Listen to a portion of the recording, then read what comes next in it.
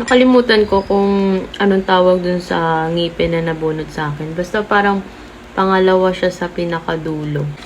Kain tayo mga sis.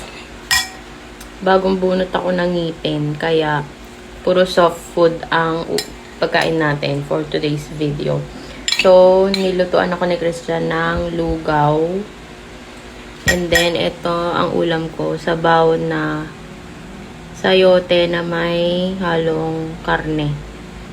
So, kapag kumakain ako ng karne, mga sis, gusto ko yung may halong gulay pa rin as much as possible. Hindi yung pure karne lang talaga yung ulam namin. Kailangan hinahalo lang siya sa gulay. Ang sarap. Konti-konti lang nakakain natin ngayon kasi ang hirap ngumuya. Kain tayo. I know, mas mahirap yung sa wisdom tooth extraction kasi impacted yung wisdom tooth ko. And baka gagawin siya by next week. Kung di man next week, baka next week. First week or second week ng February.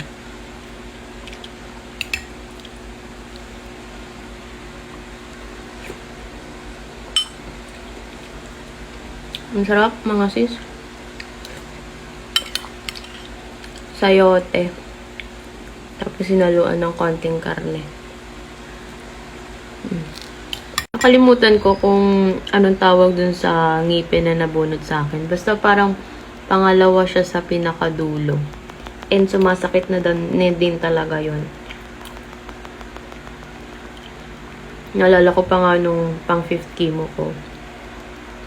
Diba, mas matapang yung gamot ko nung 5th chemo. Doxycycline yun. Okay naman, maliban dun sa ngipin ko na yun.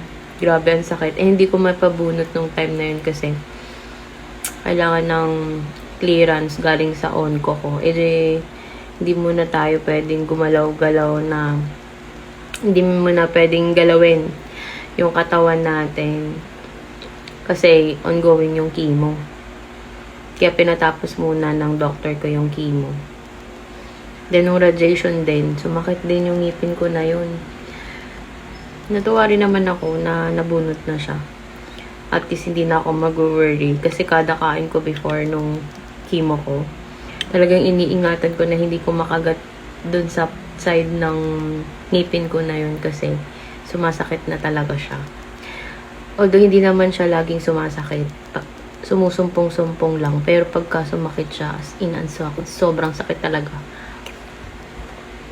And okay naman yung pasta niya sa labas. Pero nung in-x-ray, panoramic x-ray ba tawag dun? Nakita dun na merong crack na yung ilalim. So, may sira na yung loob. So, kailangan na talaga siyang tanggalin or bunutin. Kaya bago kayo magpagalaw sa katawan nyo, tanong nyo muna sa onco nyo if pwede na ba.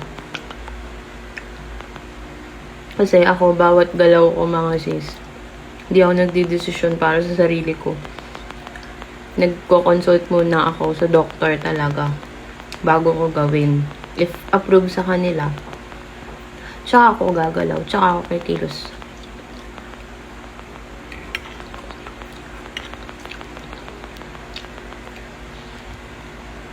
Pero iba-iba naman tayo per body.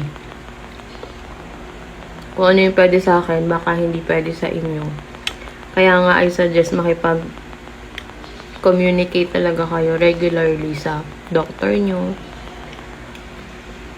Ako, pinupuntahan ko talaga ng personal. Kasi kapag online lang, messenger or kaya Viber, matagal ako nababalikan. Kaya, ang style ko, para sure, pinupuntahan ko na lang mismo sa clinic niya. Kaya nga, ang pinili kong hospital is yung malapit lang dito sa bahay namin. Para mabilis lang yung biyahe ko and naitutuloy ko pa yung work ko sa hospital. Although, puro cash out na ako ngayon kasi naubos na yung health card ko.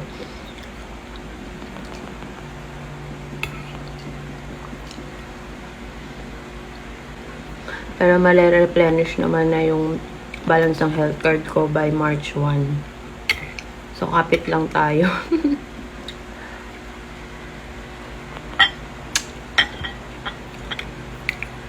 Parang gusto kong mag-yaw-yaw yogurt ice cream later. Depende kung maaga magising si Christian. Si Christian kasi panggabi siya. Graveyard yung shift niya. Work from home kami parehas. Pero siya panggabi. Kaya baliktad yung oras namin. Pag umaga, tulog siya. Ako naman tulog kapag gabi. And thank you Lord kasi okay na din yung ganong arrangement para nasasamahan niya ako sa check-up ko, sa laboratories ko. Kaya lang minsan nakakawa ko sa kanya kasi kulang siya sa tulog. Kaya we meet halfway. Minsan, kapag kaya ko lang, wala naman ako masyadong agenda sa araw na yun. Ako na lang yung pumupunta sa doktor. Tapos, kasi nagigising na siya ng 4 p.m. Sinusundo niya na lang ako sa hospital. Ganun na lang. Kailangan mag-intindihan kasi hindi pwedeng puro tayo lang. Kailangan i-consider din natin yung mga nag-aalaga sa atin, ganyan. Kasi, hindi naman siya pwedeng tumigil sa pagtatrabaho, di ba? Para lang alagaan ako. Hindi pwede. Kailangan parehas kami kumikita. Dahil bagong bunot nga ako mga sis, malamig na tubig ang iinumin natin para mabilis siyang mag-heal.